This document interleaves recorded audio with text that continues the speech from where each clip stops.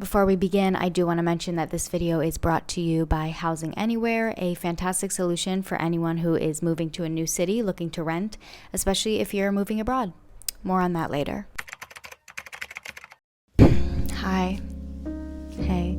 Today, I don't know, I had the idea to do a little Q&A. So I asked you guys to ask me questions on my Instagram regarding life living abroad. Not limited to that, I did get some personal questions, which I'm open to answering, such as, am I asexual? No, I'm just chronically single. Oh, okay. Let's see. We got some juicy ones. I got like 400 replies. You guys are really nosy.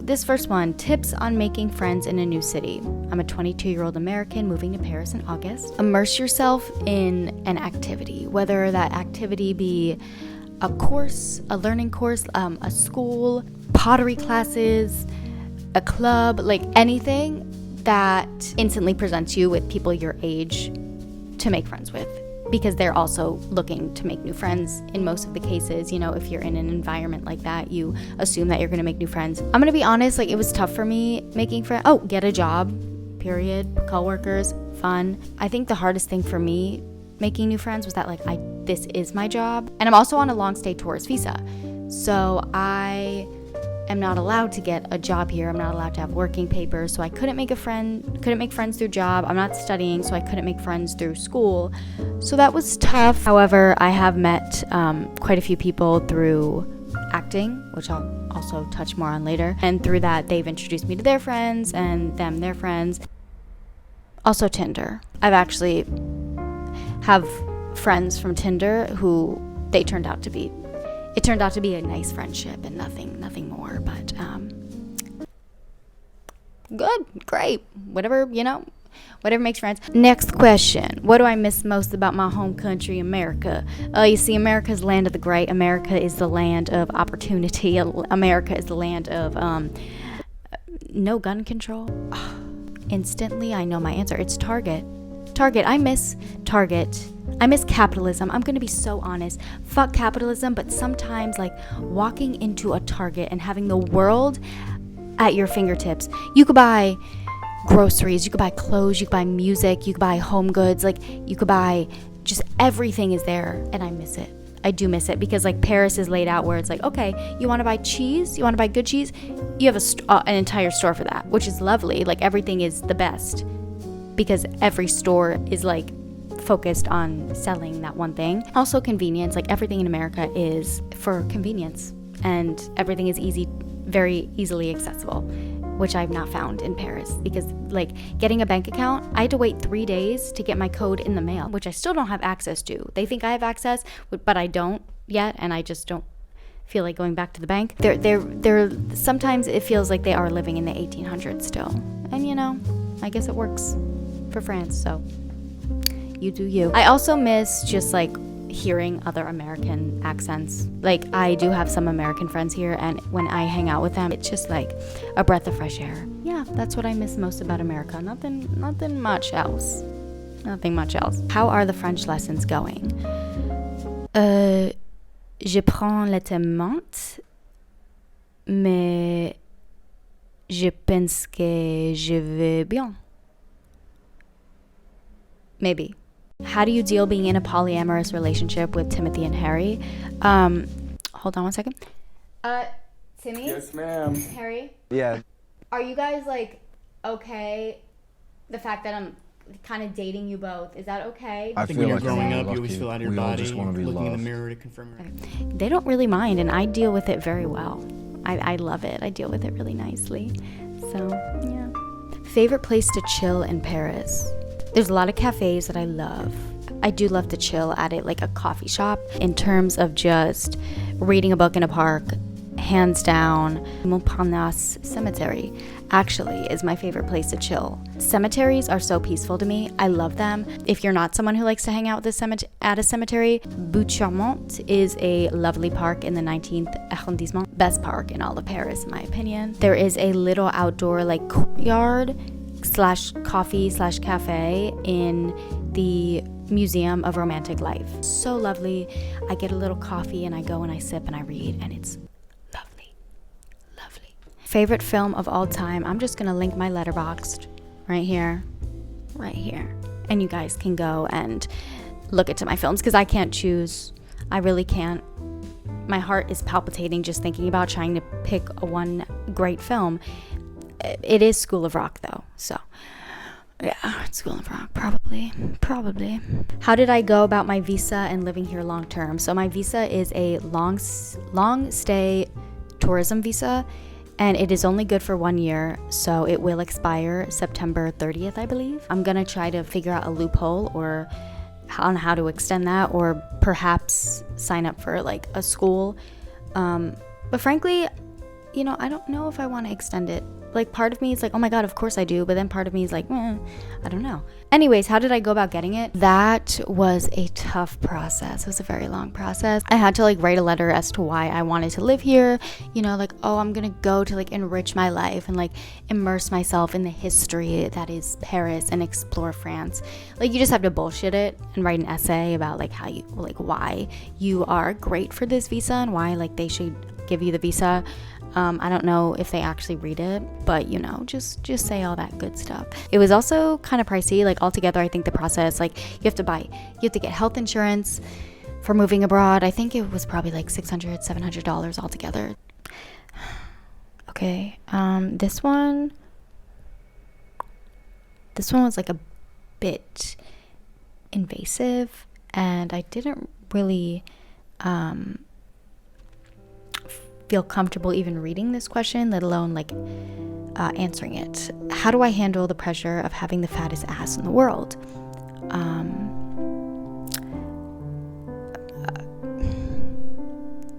It's just like to impose on my personal well-being like that, to impose on my personal boundaries like that, to ask a question like that. Like, I get it. My ass is really fat. I get that. And it's really hard to handle. Every day is a struggle to wake up and being like, oh my god, the burden of having the fattest ass in the world is like on my shoulders. And it never gets easier. So there's your question. What are my plans for the future, and will I stay in Paris? That is the question, isn't it? So my plans for the future, right now I'd say YouTube is a creative outlet. I don't see myself doing YouTube forever. It does allow me to be creative while I work on acting. I've been taking acting classes now for like 2 months while I'm here. I finally found a lovely English-speaking acting coach, so I do that. I want to be in movies, and I want to do dramas, and I want to do comedies, and I love acting. Like, every time I leave my acting class, I feel like a brand new person. Feel like a brand new person. Didn't the same mistakes. That's what I feel like when I leave acting class, because I feel so fulfilled. After. Isn't it crazy how when you do what you love, you feel good? What a wild concept. And I'm very thankful to be able to do that while not having to worry about like money, because YouTube is my money. Like, I make through like the brand deals that I do is how I make my income and how I afford rent. But also, coming here beforehand, I had every penny I've ever made saved. Since I was a kid, I was like, okay, one day I'm gonna like move to a big city.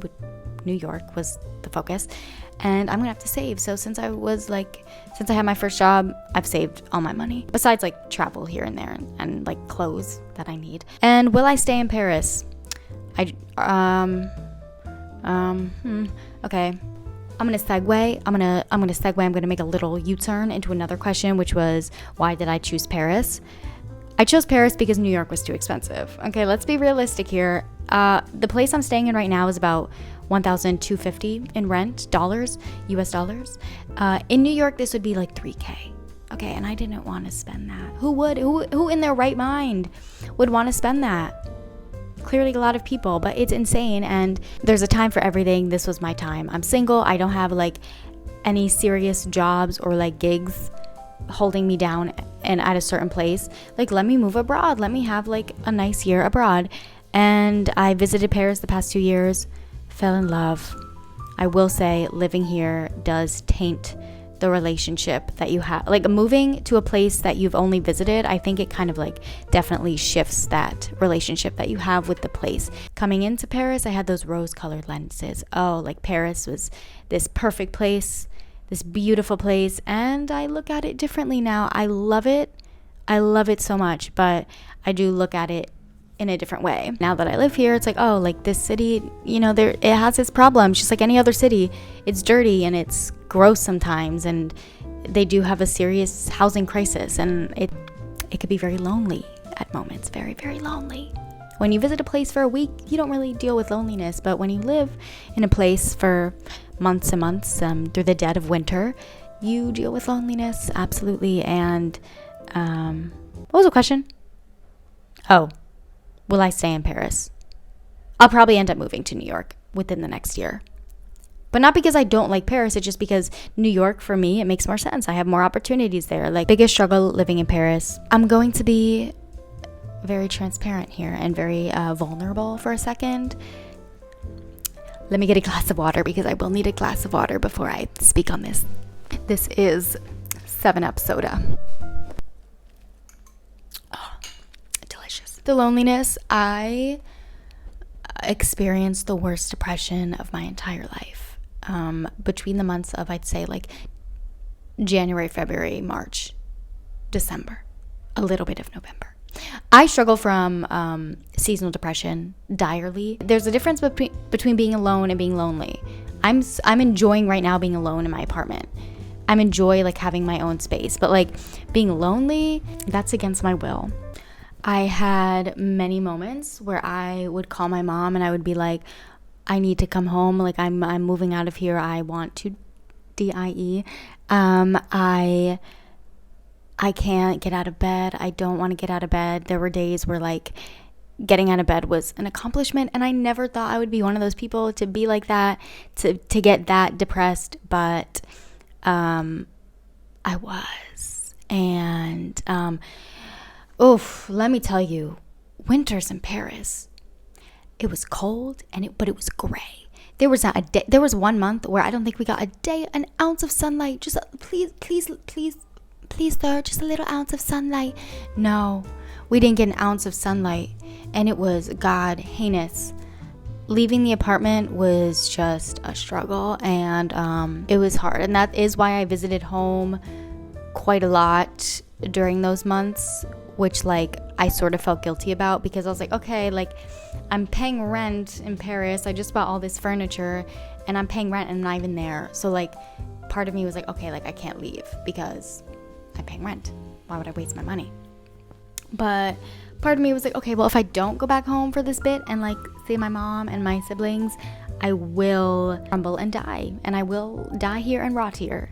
And so I did the right thing by going back and putting my mental health first. I did get a re-prescribed Zoloft. Absolutely, I did restart taking that. No, now the days are sunny and lovely, and I have friends, so it's not a struggle anymore. But that was the struggle. Another struggle living here, it's not my native language, so like I do have to put my mind to the grind when I do simple tasks such as go to the pharmacy, things like that. Another struggle of living here is no AC. I've been sweating profusely for the last 2 weeks straight.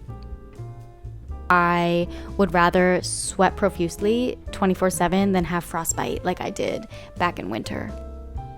Because that's another thing. The heating sucks. All right. I've been talking already for 30 minutes. This could be a podcast. I want to start a podcast. Okay, I need another sip of water for this one. Are you happy?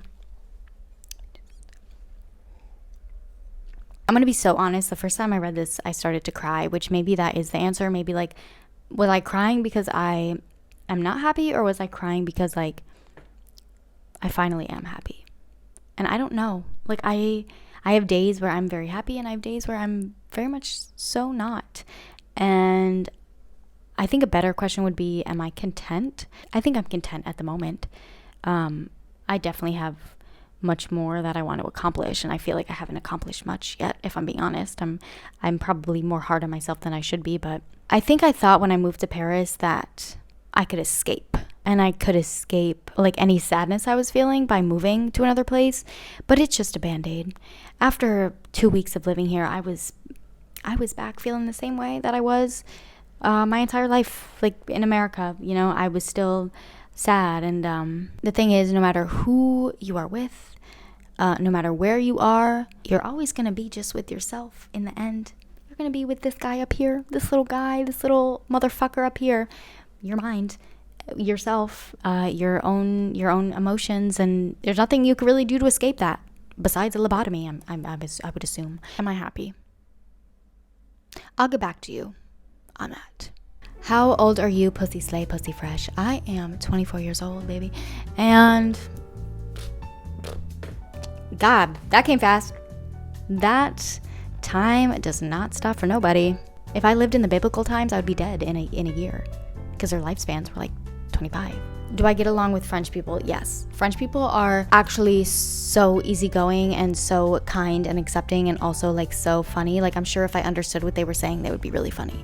But a lot of the times I don't. But when I do understand, they're funny. And when they do like talk to me in English, all my French friends that I have, they speak to me. We speak in English.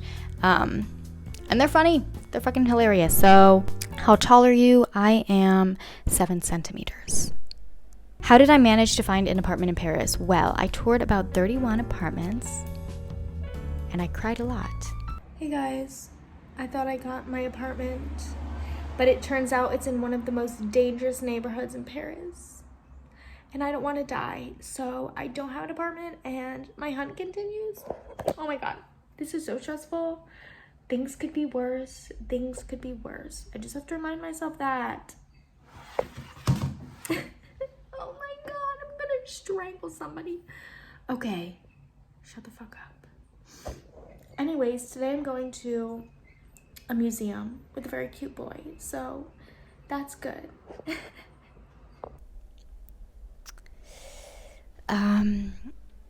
But I stuck through it. It took about a month and a half to find a place. Every single place I toured was a 1-bedroom. This was the only studio I toured and the only place that accepted my dossier. And I was not gonna do another month and a half of this. So I was like, I'll take it. I don't care if it's not my favorite part of the city. I don't care if it's the only studio I toured. I will take it. And take it I did, and I am enjoying it. And you know what? For the first time about 3 weeks ago. 3 weeks.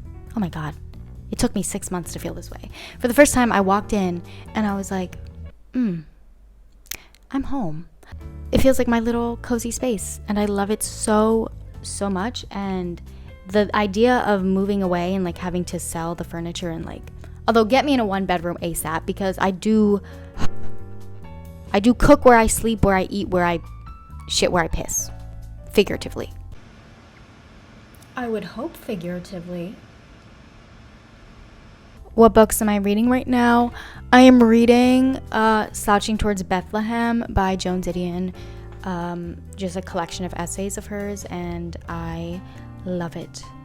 I do love it. How much do I spend per week / month for rent, groceries, etc.? And is Paris generally affordable? I think Paris could absolutely be affordable. I think I live here pretty affordably. I haven't actually sat down and like calculated what I spend per week on things. I'd say I'm pretty financially literate, and you can be financially literate too. If you click the link in my description, for only $800 a week, you can get my course on how to be financially literate and become your own boss. With a pre-deposit of $1,200, you can also get personal coaching from me once every year. Thank you. Am I dating? Yes, I am-ish. I'm dating around. Like, I'm like in my dating era. I think it's fun. I think dating is fun. I feel like it's more of a game to me. And I don't know if that's a good thing or a bad thing, that I don't take it too seriously, which like I do. I think the most dates, most of them are one-offs, maybe 2-offs. There was this one person that I went on like 6 dates with, and then we both got severely depressed, and we were like, I think it's better for both of us if we just like stop. And that was good. That was a good thing. I guess I'm dating. I don't know. If I feel like it, I go on a date, I suppose. Am I homophobic?